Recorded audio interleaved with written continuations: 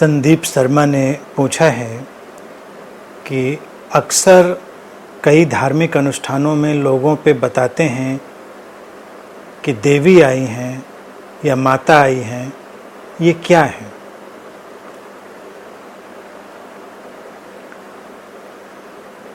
ये कुछ भी नहीं है।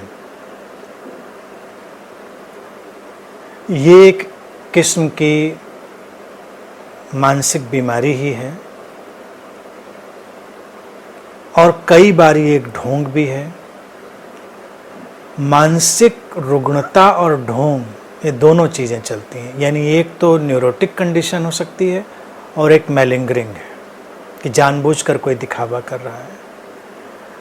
अक्सर लोग जो मान्यताएं अपने अंदर बहुत डालते हैं, जो सुझाव, जो सजेशन अपने अंदर बहुत देते हैं,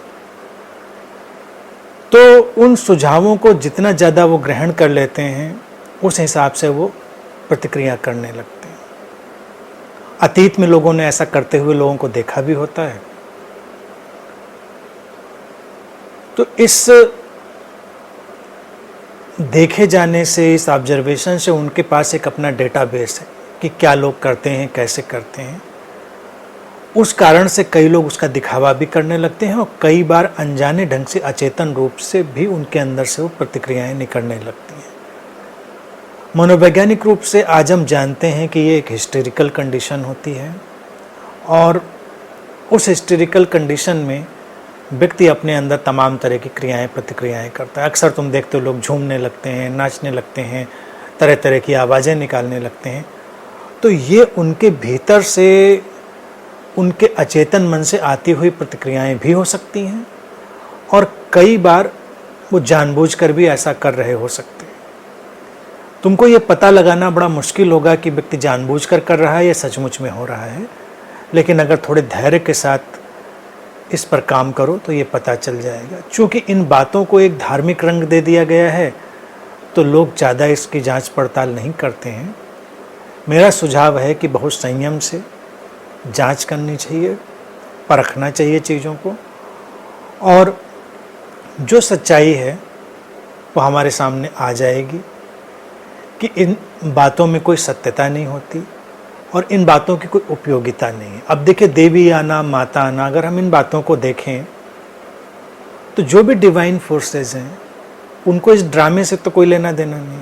यानी कि अगर हम उन दिव्य शक्तियों की परिकल्पना में यकीन करते हैं तो क्या हम इस बात को मानेंगे कि वो किसी ड्रामे में रुचि रखेंगे? वो ड्रामे में तो रुचि बिल्कुल भी नहीं रखेंगे। उनका तो सारा कार्य व्यापार ही बहुत ही सहजता में होगा, बहुत ही प्रेम पूर्वक होगा, करुणापूर्वक होगा। तो किसी व्यक्ति को ऐसे उलझन में, उलझाव में, ऐसे तमाशे में डालना उनकी कोई रुचि नहीं हो सकती। एक तो ये बात हमको मान लेनी पड़ेगी। तो जब हम इस बात को मान लेंगे तो फिर इन बातों का कोई औचित्य नहीं रह जाता। तो मेरा यही कहना है कि इन बातों में रुचि नहीं लेनी चाहिए। होता रहता है ऐसा, तमाम कारण है, दिखावे से लेकर मनोरोग तक।